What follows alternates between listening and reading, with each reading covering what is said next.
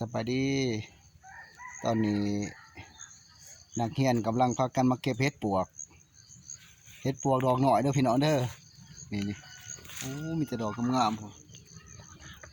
อันนี้เห็ดปวกชนิดหน่อยอยู่ทางฝั่งลาวและฝั่งไทยดอกใหญ่โอ้พูนหลายๆเลยเอาเก็บแล้วก็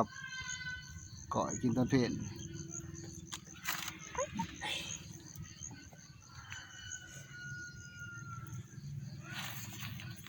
ยันมีลายหมูมันเนาะ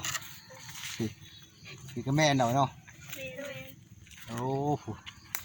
ฝุ่นขาวหุงอยู่พี่น้อง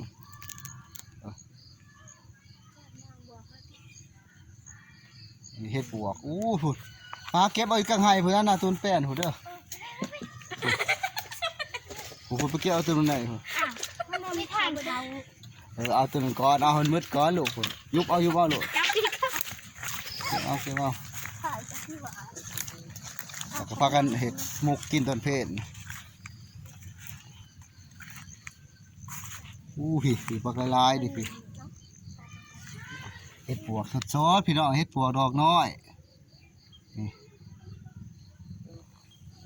มาเด้อพี่น้องเด้อมาเก็บเห็ดปวกเด้อ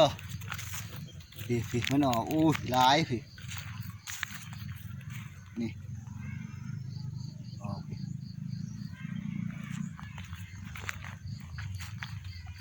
พี่เด้อลาเด้อพี่เด้อนี่เด้อลูกเด้อเราเข้าไปดิเด้อนี่เข้าไปนี่โอ้เห็ดปวกปลากระลายพุ่น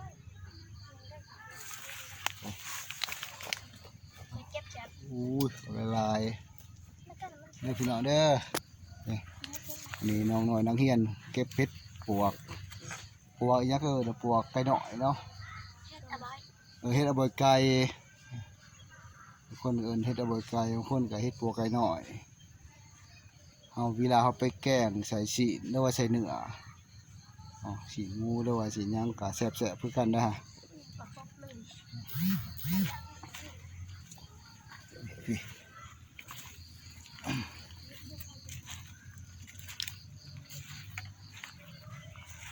ถือว่ามือนี้มันออกเนาะฝนตกลายมือเนาะหอบสีแล้วลาเด้อพี่เด้อ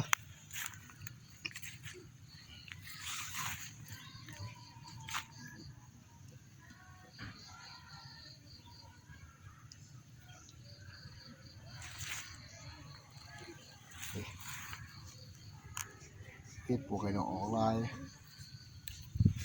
มาด้วยมาเก็บเห็ดด้วยเอาไว้ดูไว้โอเคเห็ดเถื่อนไว้พูดไปเก็บเห็ดด้วยถูกไหม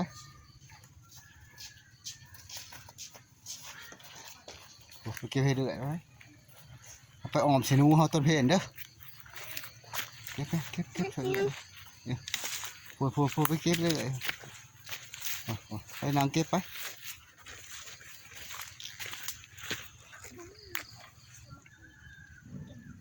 ถือว่าตอนนี้ก็ขอฝากคนไลค์กดแชร์กดติดตามทาง YouTube บาบุคัมพี่น้องทั้งพังไทยและฝั่งลาว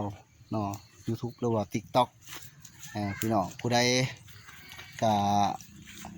เห็นเห็ดปวกงามๆพี่น้องกดไลค์กดแชร์กดติดตามนี่นะพี่น้องเด้ออันนี้นักเรียนออกดินแล้วก็พากันมาเก็บพอได้นักเรียนเขากินขาเพนผมเดินหน้าเด้อข้างในพุ่นล่ะพากันเก็บเอามันเมื่อที่ได้มันดุ